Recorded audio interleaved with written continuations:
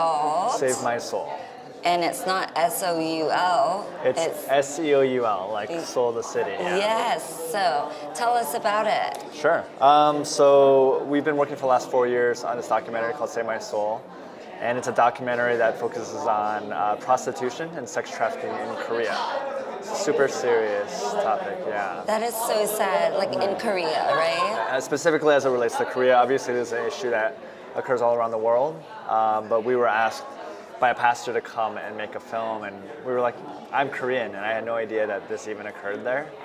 But when we went, we just saw things that were shocking, and we said, you know what, we have to make a feature film about this. Oh my gosh, that is so sad. Yeah. And you said a pastor approached you to create this documentary? That's right, yeah. What else did you learn, like, while, being in Korea and seeing all of this? Sure.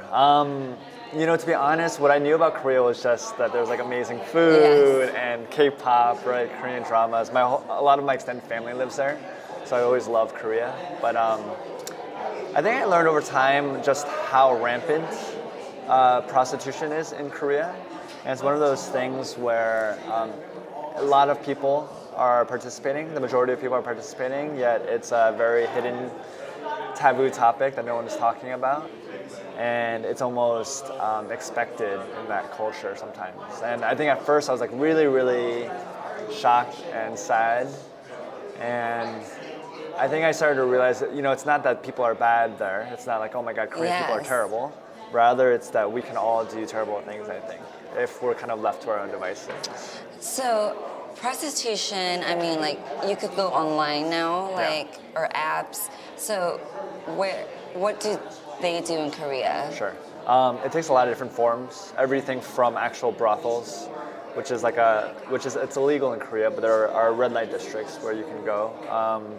There are everything from that to room salons or karaoke rooms where the intention is just to have drinks, but they'll have sex as well. To now online as well.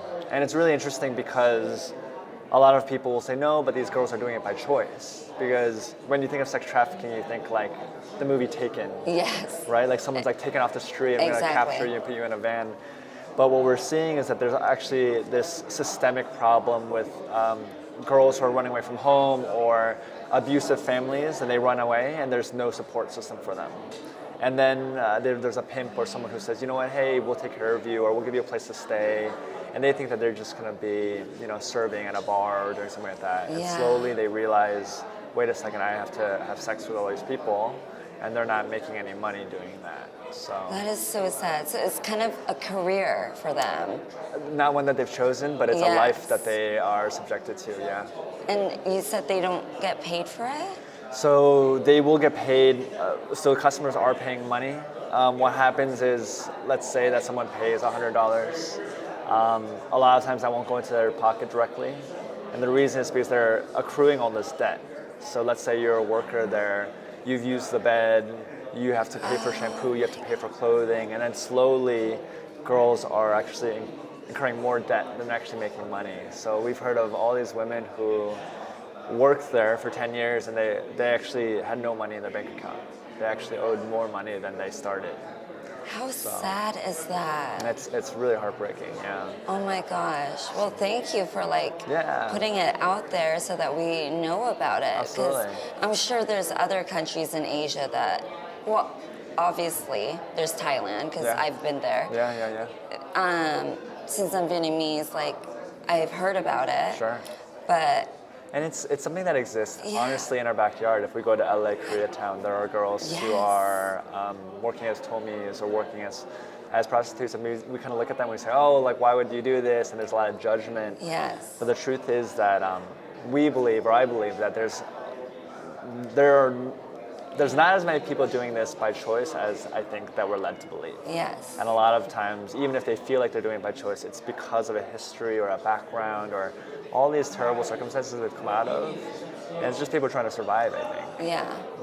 Do you think it has anything to do with mental illness? I think that has something to do with it. I think in particular Korean culture, there's a lot of brokenness.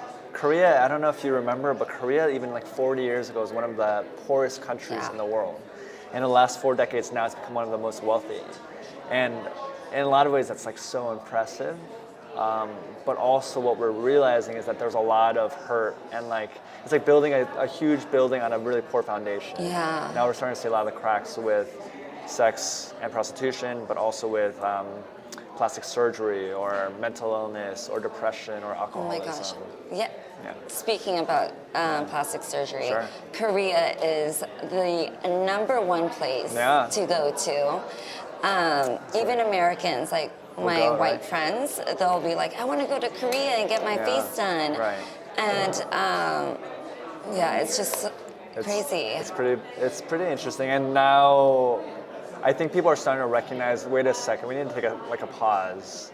I'm not sure if this is the country we want to be, right? Yes. And I think we're seeing a little bit of that everywhere too. But hopefully a film like Save My Soul will help to raise consciousness and awareness about this and makes us even think about like what kind of person do we want to be? Yeah. You know? Because this is like millennials are coming in, you know? Exactly. Us as millennials, Sure. we want our generation to be a little bit more solid and have like morals. Yeah, and it can be difficult, right? Yeah. We live in a very like visual, very social media, very Instagram Yes. culture, and it's hard to be real. It's hard to be authentic, and we hope that this film is authentic to people, and that's why we've spent so much of our time and our life working on it. But now we're just so excited to premiere it here and have the world see it. Yeah. Congratulations. Thank you. Where can we watch this? Sure. So we're premiering this weekend at the LA Asian Pacific Film Festival. It's actually coming out on iTunes on July 4th. So we're about to launch for pre-sale, and we want to ask everyone to buy it.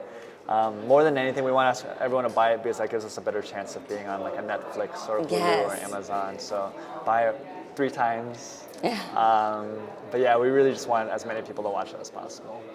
So you guys make sure you watch Save My Soul. That's right. That's like Seoul, not like Soul, but Seoul like Korea. And it'll be available on Apple, right? Apple iTunes, yeah. Apple iTunes on July 4th.